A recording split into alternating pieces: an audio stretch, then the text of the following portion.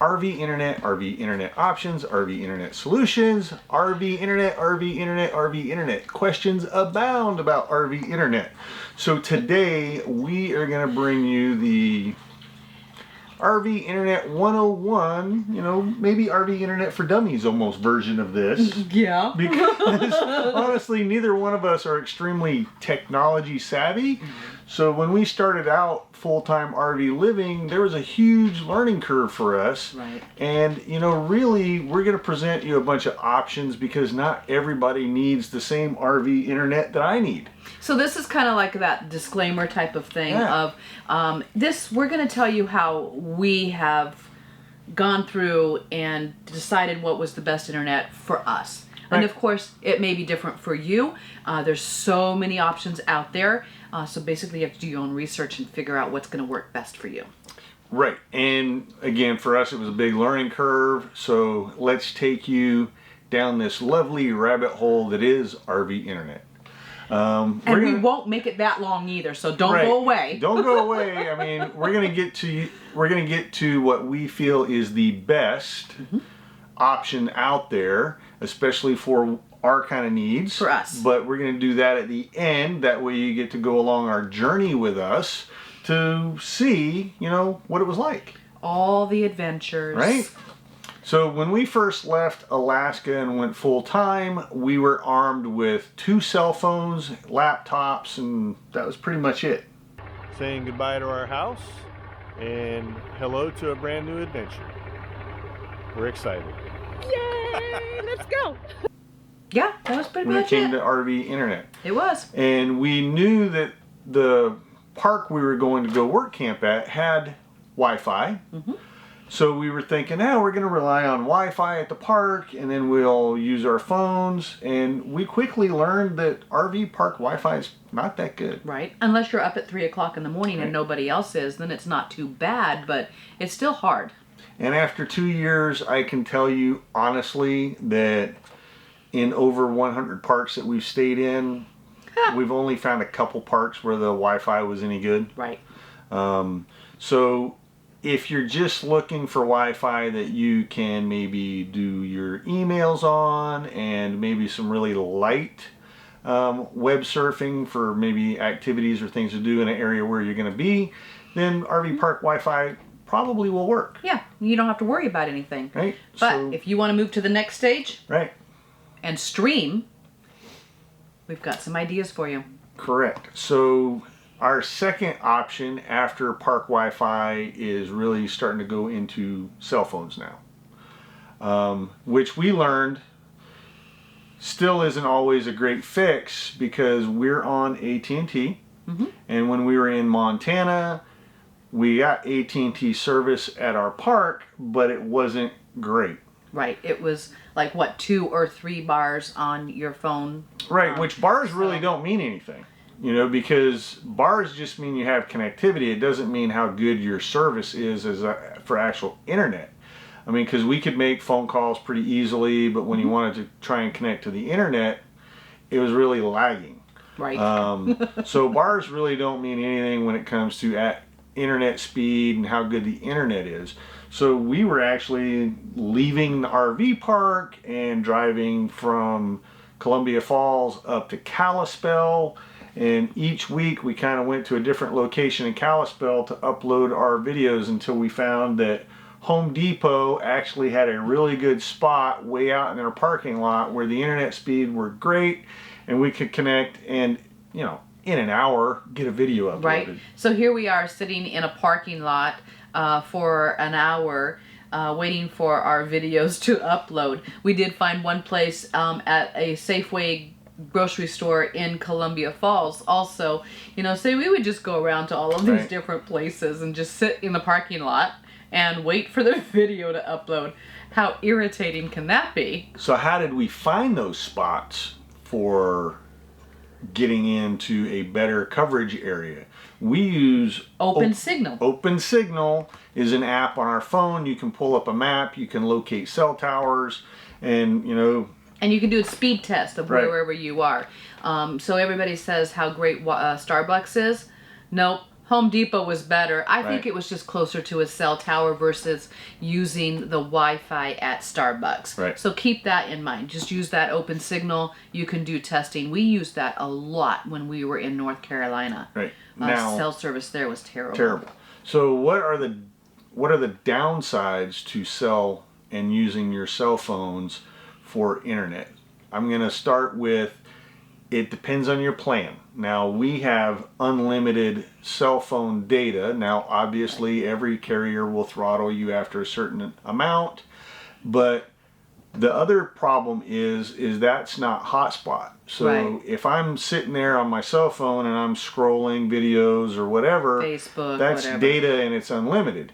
Now, if I turn on my Hotspot on my phone and I connect my computer to it, now that's Hotspot data, and that's always limited. Right. As far as I know, time- anyway. At the time that we were doing this in Montana, we were at 30 gigs per device of hotspotting.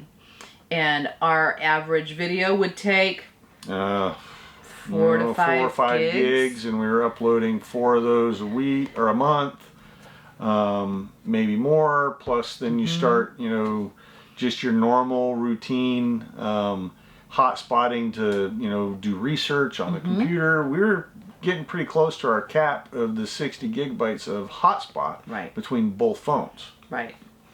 Now, one thing that we definitely learned, Alice has got it in her hand, so that we want to show you, is a trick about using your phone for streaming, because that seems to be one of the biggest things most people are looking for when it comes to needing internet in their RV. Okay. So remember that your data and your hotspot are two different places, two different gigabytes on your plans, okay? So now if you are going to, we're going to use Netflix as an example. Netflix So- and chill. Right? So if you're going to stream a TV show or whatever on Netflix, we found this little thing, and you can find this in our Amazon affiliates. I have it on there.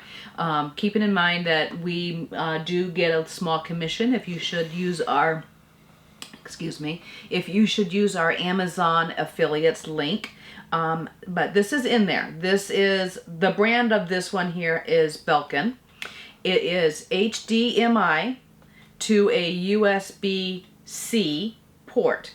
It also has a USB-C charger. You can get these for Apple also.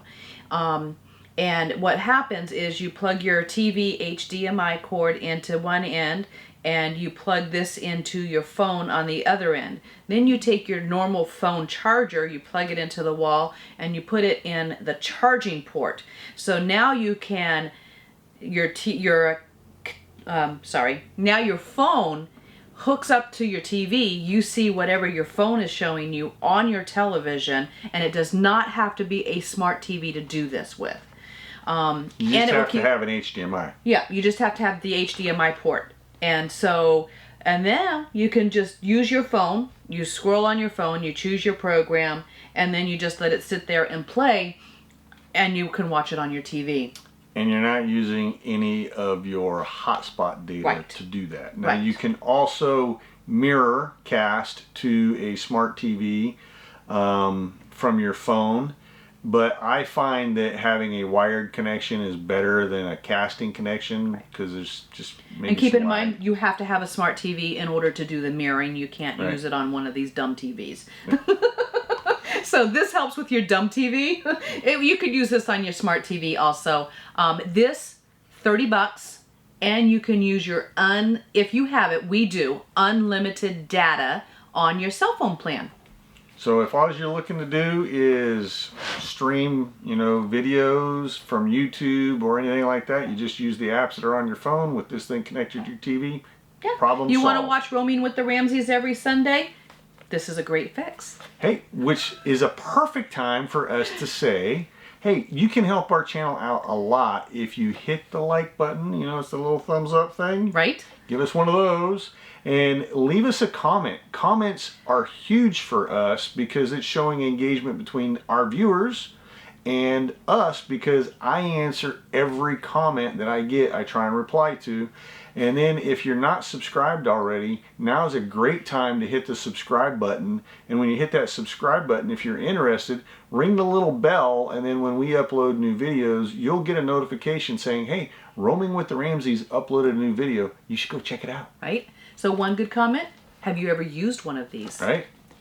And if you haven't used one of those, what kind of solutions do you have for Netflixing and chilling? There you go. Because even if you're using like an Amazon Fire Stick or box, you still have to have some sort of internet. Internet, yeah. And Wi-Fi at the park using your Amazon Fire Stick. Good luck with that one. Right. So I'm going to talk about what we ended up with, but I'm going to give you a little bit of a hint and some other places to go and check out. One of those is Mobile Internet Resources, I believe is the name. Those people are all about RV internet, boat internet, how to get your internet on the go, and they do all kinds of reviews constantly, and they are really the king of mobile internet. So I did a lot of looking at their stuff, and then that kind of led me on to Mobile Must Have. Now, Mobile Must Have is the company that we went through when we bought our Pepwave Mobile Internet Router. So if you're not familiar with what a mobile internet router is it's similar to a router that you have in your home, but keep in mind that your router in your house is connected to your cable or cable box or provider via wire, and then it broadcasts a Wi-Fi signal that you can connect to with your phones, computers, and stuff like that, and that gives you access to the internet.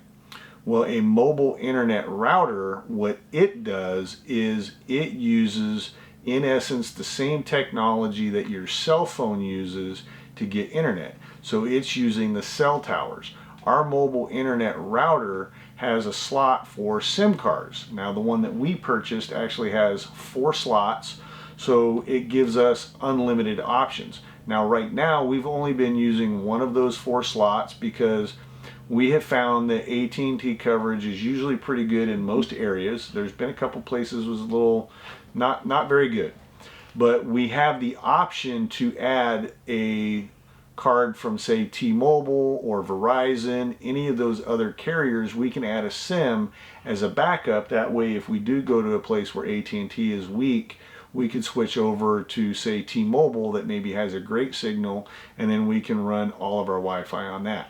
So keeping in mind, though, each one of these SIM cards is going to come with a cost. Right. So you got to make sure that you keep your cost in mind.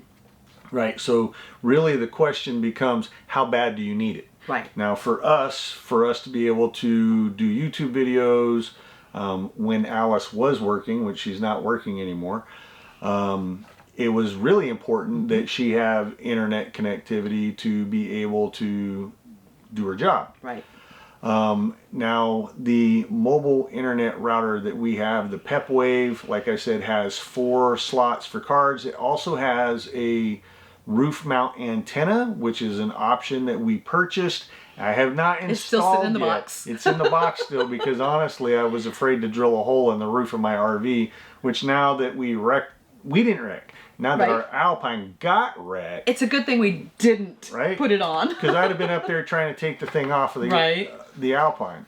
But I am planning on, and I'm doing the research now on mounting and installing that pointing antenna to pair it with our Pepwave router. So there will be a video on that coming up sometime in the future. But so the router, the way it works is, like I said, it works just like the cell tower. So that router connects to the cell tower. So when we get to a location like we are here, the SIM card automatically just picks up the tower.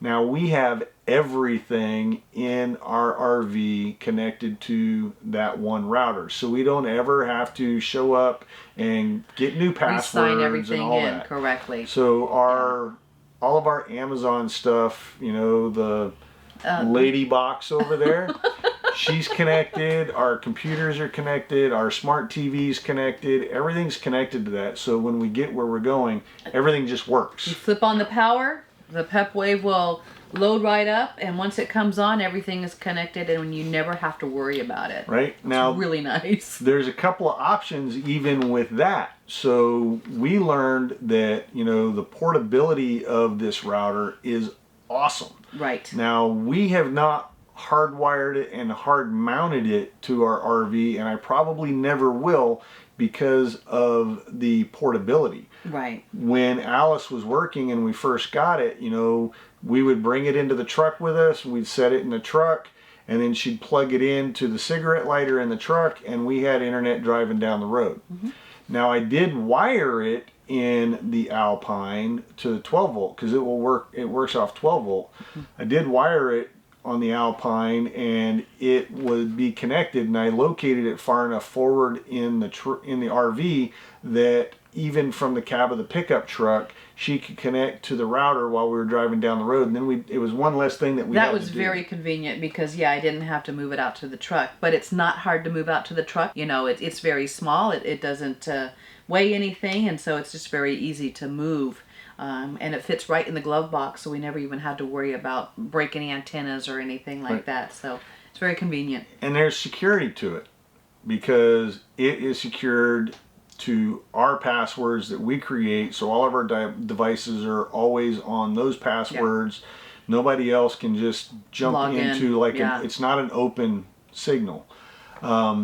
Now, one of the things that I'll definitely say about Mobile Must Have, which we will definitely have a link in the description below for you to go and check them out, but they offer training as well. Mm-hmm. So you can pay for training when you're buying your package, and they'll help you pick a package that's right for you, but you can pay for training, and then once that training is scheduled, you will be logged in and you'll join a couple of other people in a class taught by them, virtual class, and they will go over everything and how to function and use the router and get it set up. Which you did. You did all of that, and you took notes and everything. So it was definitely worth the fee. It's worth the money. So pay for that.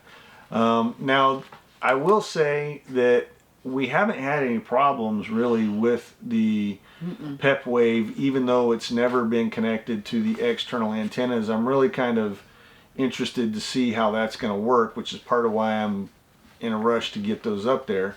But the other thing that we really liked about it was when our RV did get wrecked and we ended up spending weeks in a hotel. Yeah, we took it right with us, so it's that portable. All you have to do is have a place where you can plug it in and it works. Right.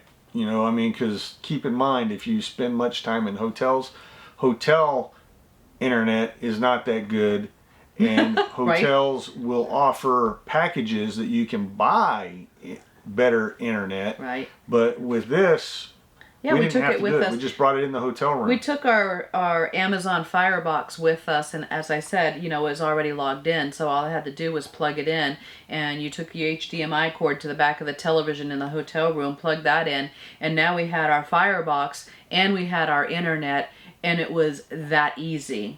We get our SIM card from BIX Wireless.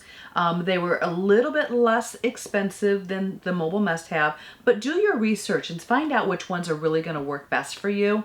The nice thing about BIX Wireless is that they had sent us the SIM card in the mail, and it had to go through the Memphis, Tennessee post office system. Well, apparently a lot of things get lost there.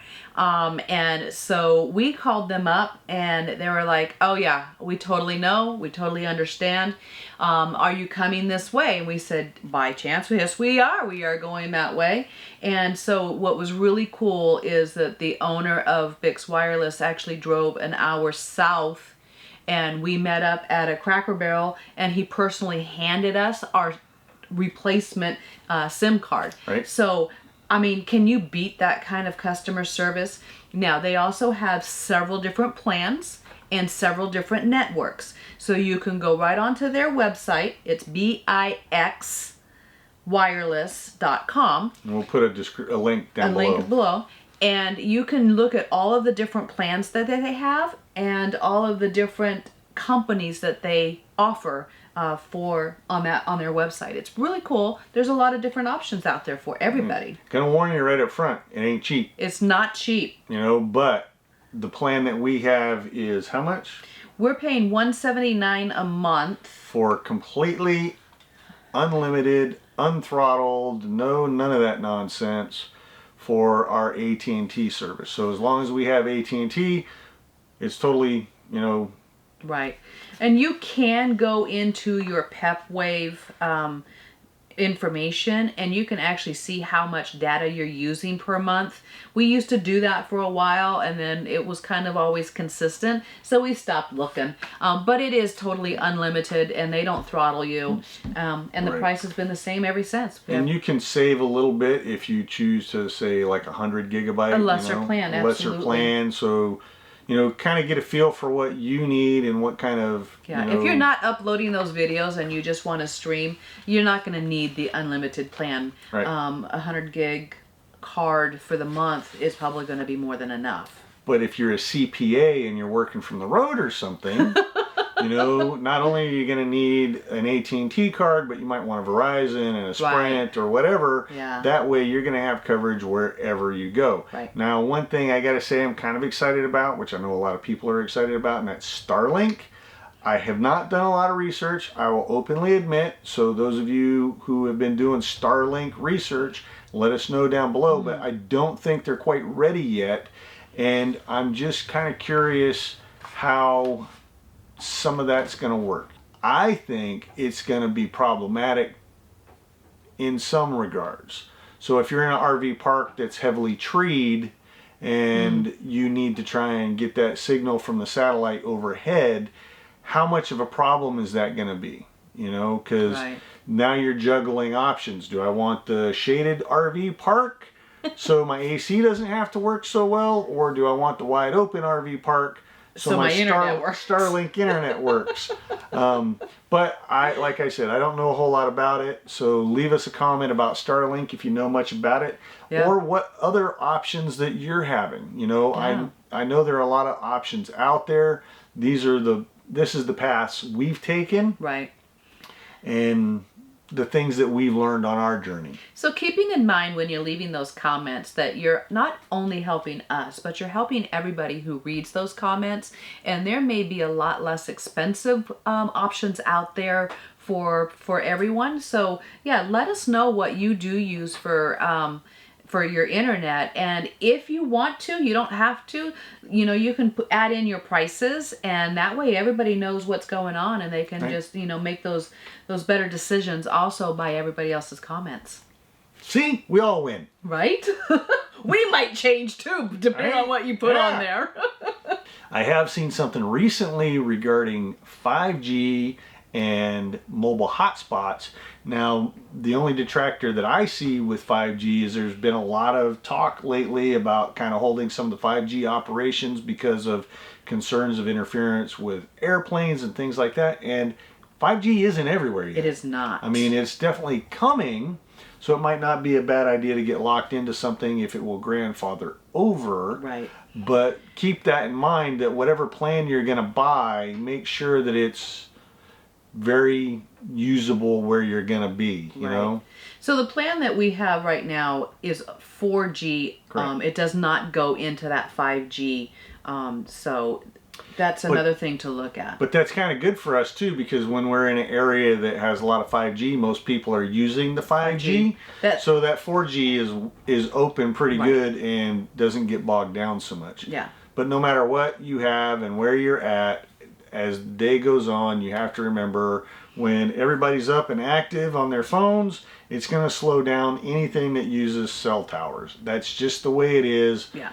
I don't care what plan you have. Otherwise, prove me wrong. Right? In the comments below, politely.